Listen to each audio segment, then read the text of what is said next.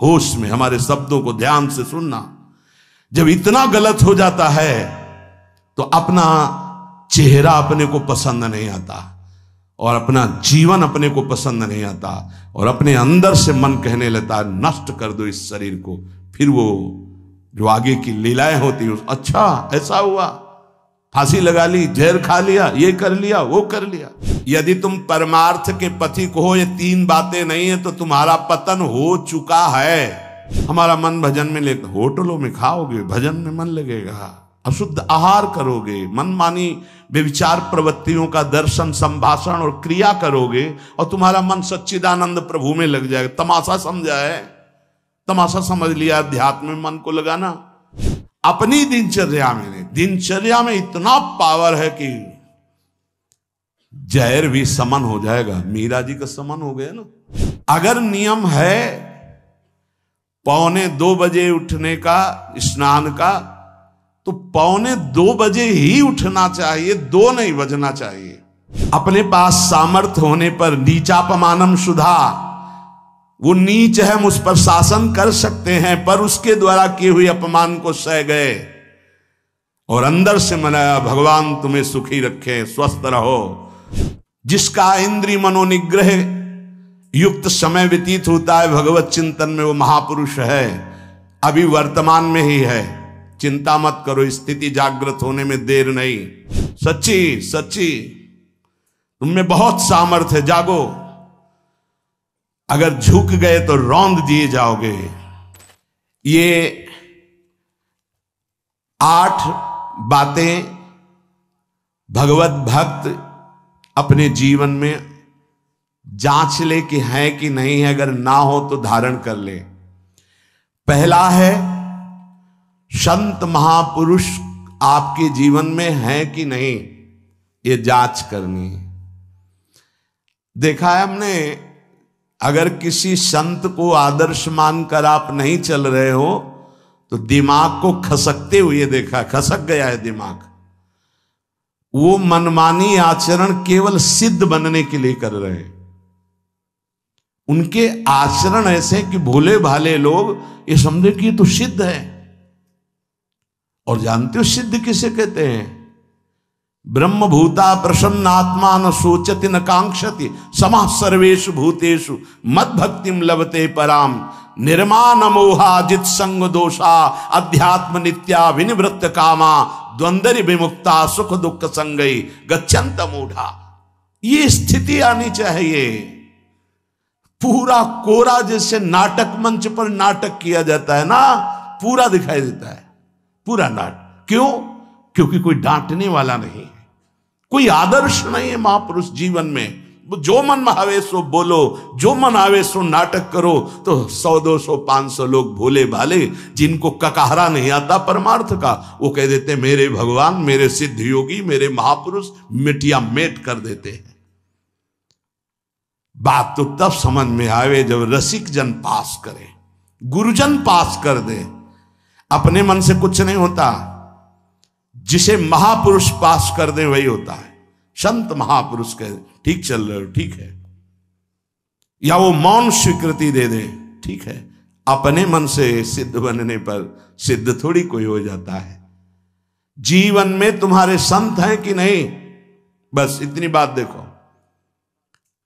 अब एक भगत जी आए थे, अपने लोग तो सबका आदर ही करते हैं।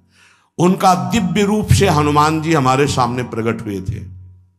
सच्ची बात कह रहे हैं, जिस समय दिव्य रूप हनुमान जी ने धारण किया तो हनुमान जी महाराज के ही भाई पवन पुत्र भीम कंपायमान थे। भीम जैसे हनुमान जी वैसे भीम, बड़े बड़े पर्वतों को अपनी टक्कर से चूर करने की सामर्थ्य रखने वाले। अभी पैदा ही हुए थे भीम और गोद में लिए हुए माता कुंती चल रही थी। अचानक सिंह निकला, दहाड़ हुई तो गिर गए भीम। तो जो जिस चट्टान पे गिरे चकनाचूर हो गई चट्टान, और उस आवाज से भयभीत होकर भाग पड़ा सिंह। अभी गोद में बच्चा थे।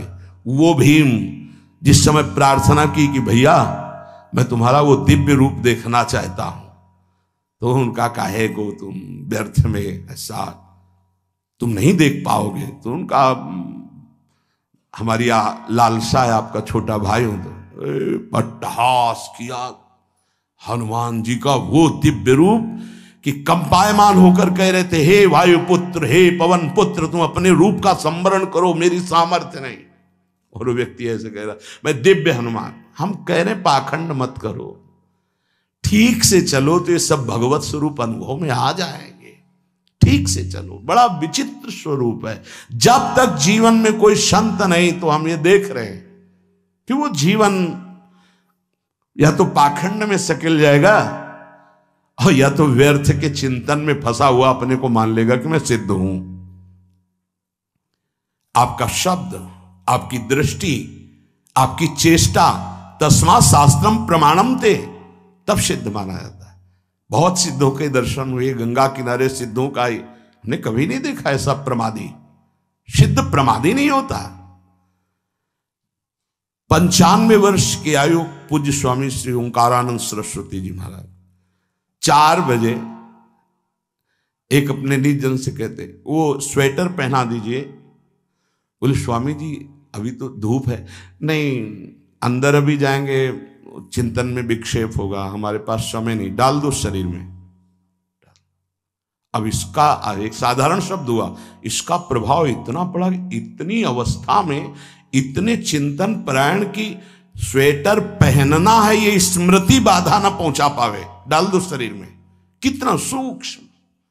बड़े बड़े महापुरुषों को देखा है, अपने ब्रज के प्रेमी जनों को और ब्रह्मबोध संपन्न दोनों महापुरुषों को, किंचन मात्र कहीं भी कोई भी शास्त्र विपरीत शब्द नहीं, 1 सेकंड की चेष्टा नहीं पाई शास्त्र विरुद्ध।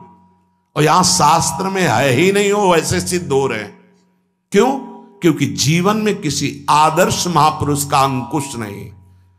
अगर किसी संत का भय तुम्हारे जीवन में नहीं है तो ये माया रौन देगी, पक्का समझ लीजिए। कोई महापुरुष तुम्हारे ऊपर अंकुश लगाने वाला हो तो इसीलिए जो देहाभिमानी जी होते भाग पड़ते हैं, क्योंकि उनकी सिद्धावस्था में वो बाधा पहुंचाएंगे। गुरुजन असली सिद्ध बनो, नाटक नहीं, तो भाग पड़ते हैं। और जो गुरुजनों की शरण में रहता है वो परिपक्व भगवत प्राप्त महात्मा बन जाता है। इसलिए पूज्य बाबा कह रहे, पहला किसी महापुरुष का अनुशासन है कि नहीं। प्रगट में अनुशासन जरूरी है, प्रगट में अनुशासन जरूरी है। नारदानंद सरस्वती जी महाराज नैमिषारण्य के पीछे आए थे, कुछ परिक्रम उन्होंने बताया। अब वो पधार गए जो वहां के अधिकारी बनाए गए, विवेकानंद जी। नए वस्त्र धारण करके आ गए। सदवई में मना है, यदि ऊपर का नया वस्त्र हो तो नीचे का पुराना और मलिन होना चाहिए। अगर नीचे का तो फिर ऊपर का पुराना मलिन। मैच नया, क्रीच एकदम, ये सब साधुता के कुछ नियम होते हैं, साधुता की एक मर्यादा होती है।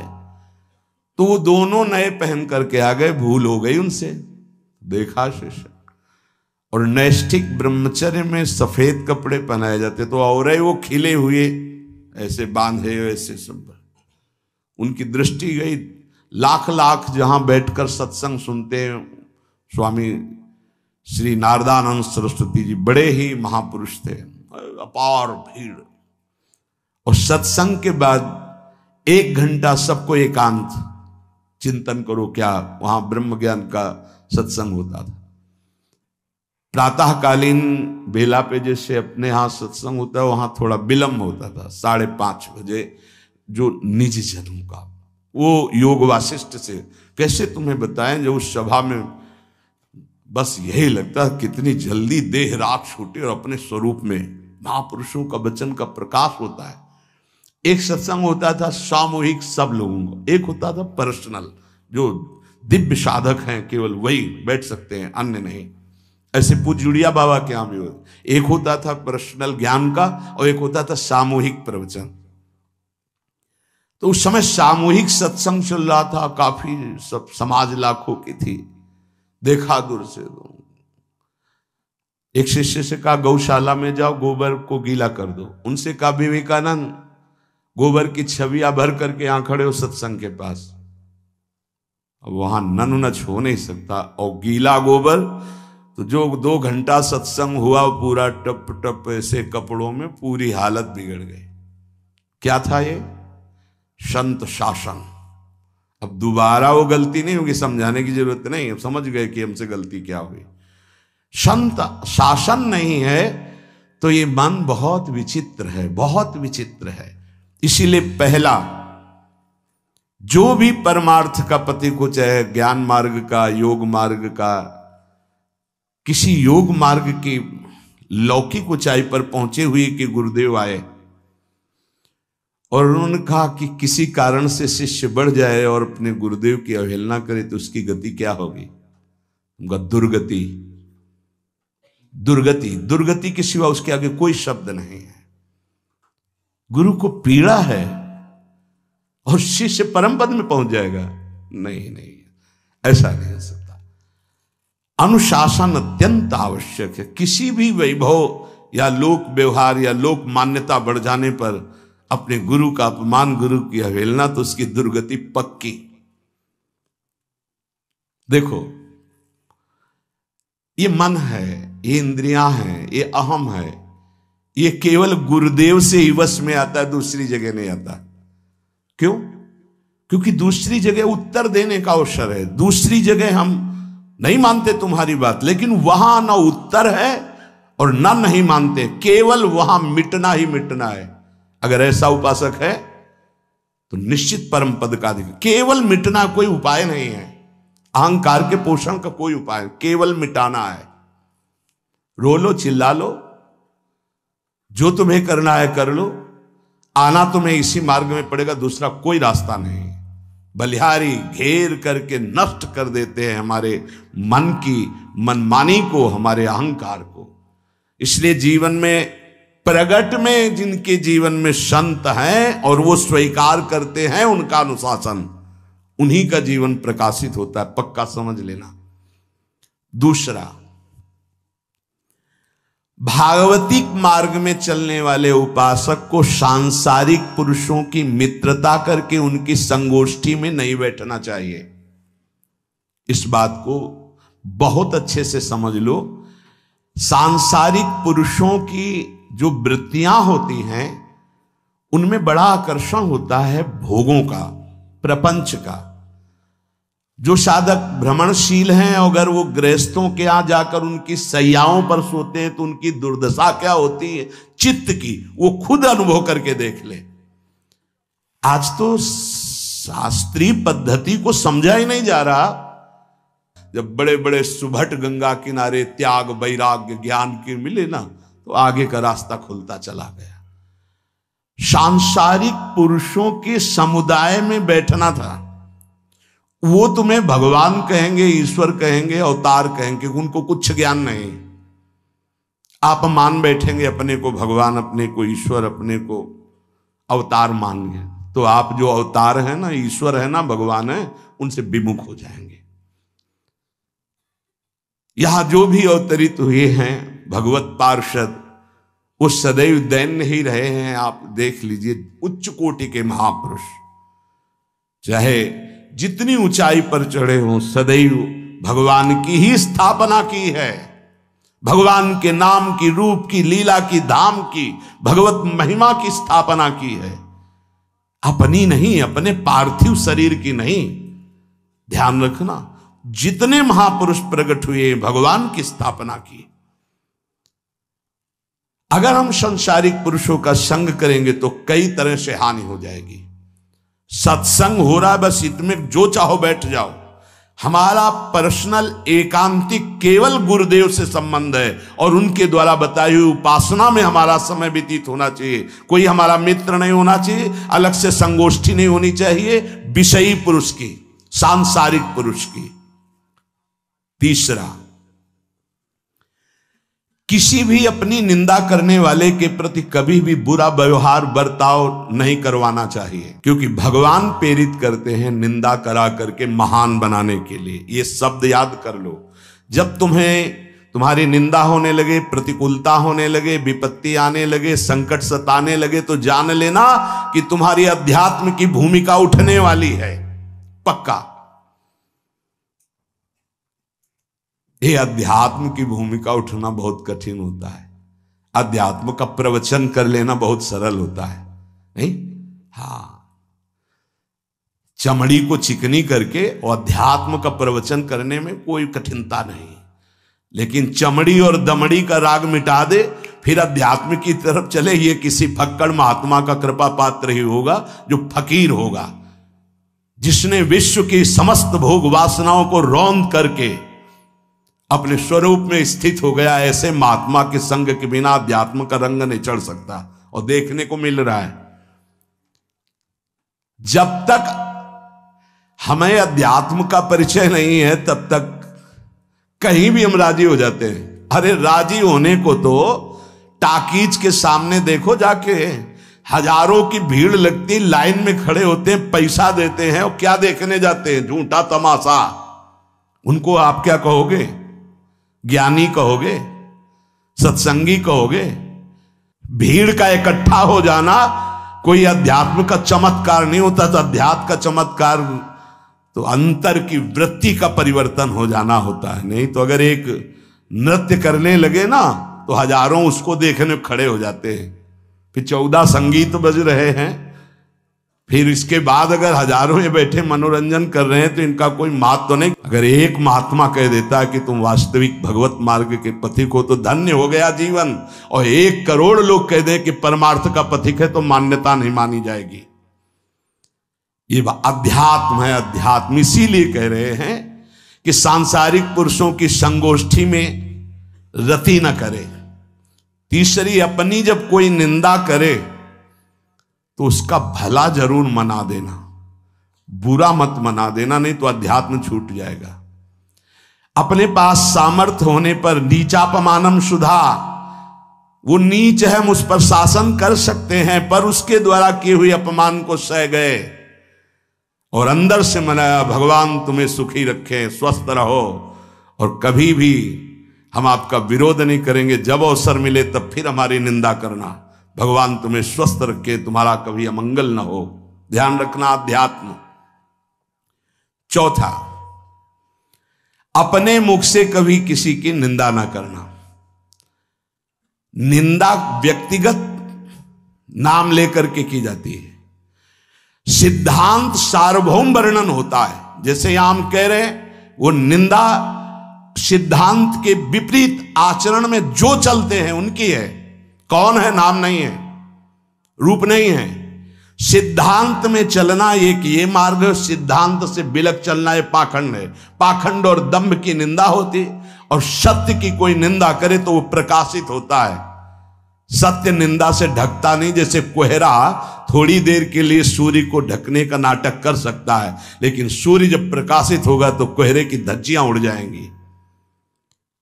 5वां, मान लेने की इच्छा का त्याग करके अपने समीप जो भी आवे, छोटा बड़ा सबको प्यार और मान देना।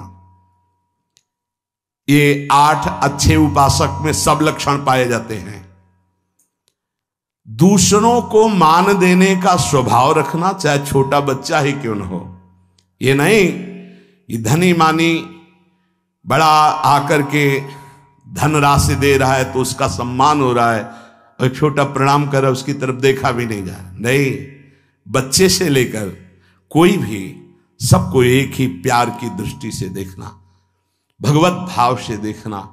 अपने को मान रहित और दूसरों को मान देने का स्वभाव बना देना। 6वां, अपनी इंद्रियों को सदाचार परायण रखना। इंद्रियां ये सदैव व्यभिचार की तरफ भागती हैं। नेत्र व्यभिचार दोष, बार बार दूसरों के प्रति देखना आकर्षणकारी, कैसा भी दोष अंदर का भाव हो, नेत्र दोष। दूसरों की बातें सुनना, श्रवणेन्द्रिय दोष। वाणी से दूसरों की चर्चा करना, वाणी। ऐसे हर इंद्रिय अपने व्यभिचार में जाना चाहती है। सदाचार परायण उपासक होता है। कल की बात है, कल चिंतन हो रहा था श्रीमद् भगवद गीता जी का। अगर उपासक में सदाचार इंद्रियों की पवित्रता नहीं है तो ढकोसला के सिवा कुछ नहीं रहेगा। ये अच्छे से समझ लो। इंद्रियों का विलास चल खुला दिखाई देता है, खुला। वो एक दृष्टि होती है, उसमें दिखाई देता है। अंतर में ब्रह्म बैठा हुआ शांत मौन है और ये समझ नहीं पा रहा, केवल नाटक पे लगा हुआ है। अपना मन, अपनी इंद्रियां यदि संयम में नहीं है, सदाचार में नहीं है, तो ढकोसला ही है, आडंबर ही है, नाटक ही है। पक्का समझ लीजिए। अगर वो संयमी नहीं है, जितेंद्रीय नहीं है, मनोनिग्रही नहीं, तो अध्यात्म क्या है? क्या प्रवचन हो रहा है? किस बात का प्रवचन हो रहा है? जो अनुभव हुआ उसका हो रहा है, शास्त्र सम्मत हो रहा है। जितेंद्रियता नहीं, इंद्रिय निग्रह नहीं, मनोनिग्रह नहीं। छठवां, सदाचार परायण, अर्थात इंद्रिय और मन शास्त्राज्ञा के अनुसार चले। जिसका इंद्रिय मनोनिग्रह युक्त समय व्यतीत होता है भगवत चिंतन में, वो महापुरुष है। अभी वर्तमान में ही है, चिंता मत करो, स्थिति जागृत होने में देर नहीं। बंद रखो अपनी खिड़कियों को, कहीं माया की हवा ना घुस जाए। सच्ची सच्ची तुम में बहुत सामर्थ्य है, जागो। अगर झुक गए तो रौंद दिए जाओगे। एक एक बात अच्छे से समझ लो। मुस्कुरा के, प्रेम व्यवहार दिखा के, अपनापन करके फिर तुमको अधीन किया जाएगा। माया भगवती बहुत बलवती है। ऐसे करके फिर ऐसे प्रहार करती है, क्योंकि साधक बहुत प्रवीण है। ऐसे में अपने को बचा लेगा, लेकिन ऐसे में बचाना बहुत कठिन होता है। हमारी बात को समझ लेना, ऐसे में बचाना बहुत कठिन होता है, बहुत कठिन होता है।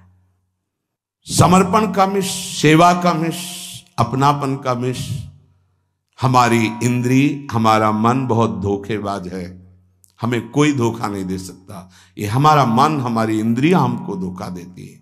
साधु, साधक, परमार्थ पथिक, भक्त इस बात से परम सावधान।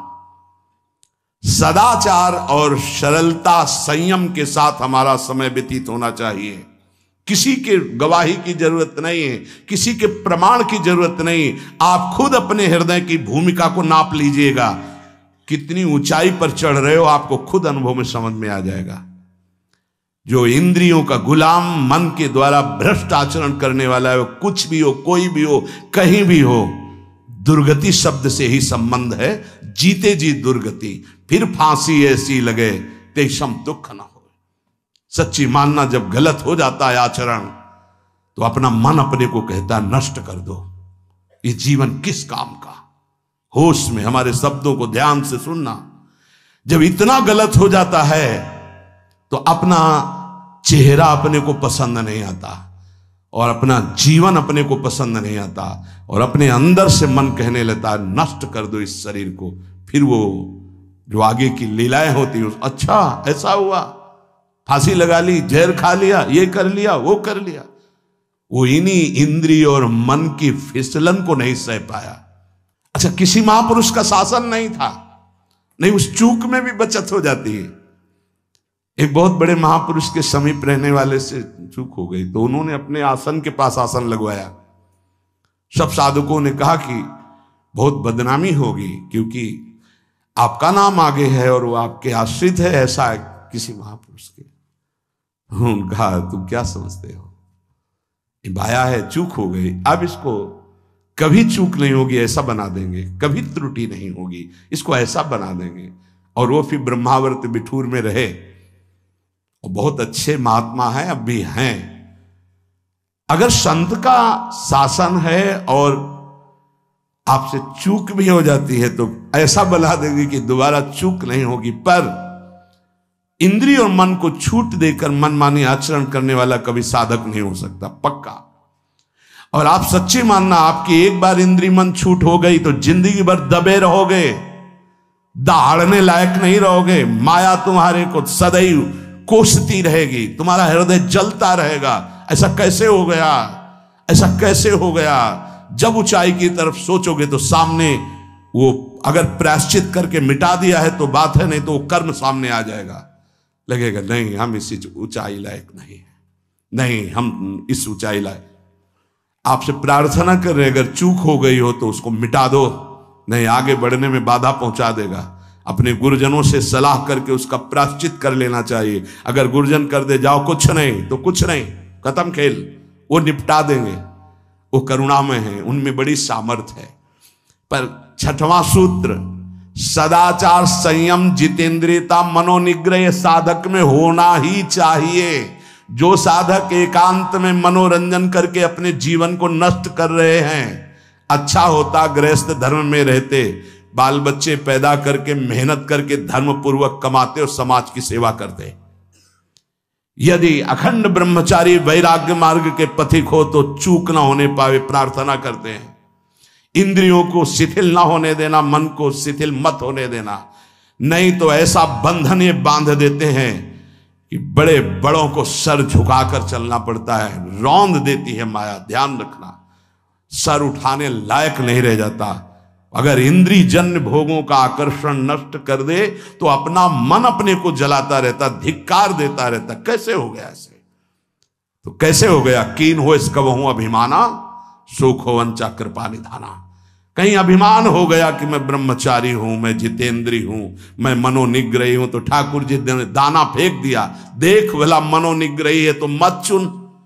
लेकिन कृपा पात्र साधक पुनः अपने आप को सावधान करके सदाचार में ही स्थित रहे। आज सदाचार को समझा ही नहीं जा रहा कि सदाचार है क्या। सातवां, किसी भी पद को साधक कभी स्वीकार न करे। समाज में बड़े पद मिलते हैं, यहां भगवत प्राप्ति की वार्ता हो रही। किसी भी पद, किसी भी सम्मान को स्वीकार न करें। ये सब उपाधियां हैं, अगर उपाधियां स्वीकार की तो उपद्रव शुरू हो जाएंगे। कोई उपाधि स्वीकार न करो तो इतने महान बन जाओगे कि पूरे विश्व में तुम ही होगे। ये भी बात याद कर लो। कोई भी छोटी मोटी उपाधि स्वीकार की तो उस महान को नहीं प्राप्त कर पाओगे। विश्व में तुम ही होगे, या तो ज्ञान में तो एक तुमसे बड़ा कोई है नहीं, और अगर भक्ति में तो तुमसे छोटा कोई नहीं, तो विश्व में तुम ही तो हुए ना। सब बड़े और आप छोटे, विश्व में आप त्रणादपि सुनीचेन, और ज्ञान तो हम ब्रह्मास्मि, सबको समेट लिया अपने में, एक के सिवा दूसरा कोई नहीं। यह है उपाधि रहित महापुरुष की स्थिति। कोई उपाधि स्वीकार न।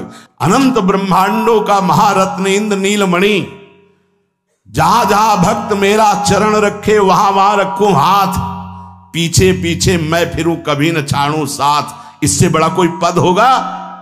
निरपेक्षम मुनिम शांतम निर्वैरम समदर्शनम अनुब्रजाम्य हम नित्यम पूये अत्यंगुरेणु भी। जिसकी चरण रज लेने के लिए परब्रह्म परमात्मा पीछे डोलता है, वो है ये पद। जब कोई पद नहीं स्वीकार करता तो ये पद प्राप्त होता है। इसलिए सातवां, किसी भी उपाधि को, पद को साधक कभी स्वीकार न करे। आप यहां के अमुक बन करके अमुक नहीं, सेवाएं सब हैं पर सेवक हूं, कोई पद नहीं। देख लो बड़े बड़े महापुरुषों को। पूज्यपाद उड़िया बाबा जी ने जब देखा तो दंड का विसर्जन कर दिया कि पद की तरफ एक घसीट रहा है। गंगा जी में महाप्रभु चैतन्य देव जी ने गंगा जी में जो हमारे परम पद के बीच में आएगा वो सबका प्रवाहित कर देना ही उचित है।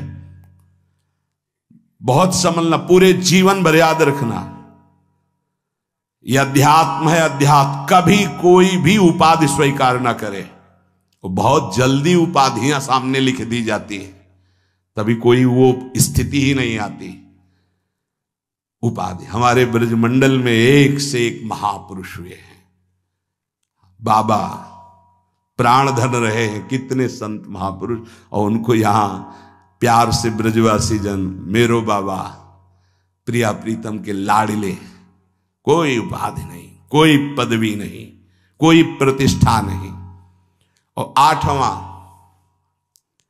ये आखिरी, किसी भी परिस्थिति में अपने आराध्य देव का चिंतन ना छूटने पावे। पूर्णता, ये तभी हो सकता है जिसके जीवन में ये तीन बातें हैं। आखिरी वाली बात, किसी भी परिस्थिति में अपने लक्ष्य का चिंतन न छूटने पावे। ये तीन बातें जिसके जीवन में है तो ये आखिरी बात पूर्ण होगी। आखिरी और पहली दो बहुत जोर की बात थी। पहली थी किसी संत महापुरुष का शासन, और पूर्णता आई किसी भी परिस्थिति में अपने लक्ष्य का चिंतन न छूटना। बीच में अपने आप सब आ जाएगा।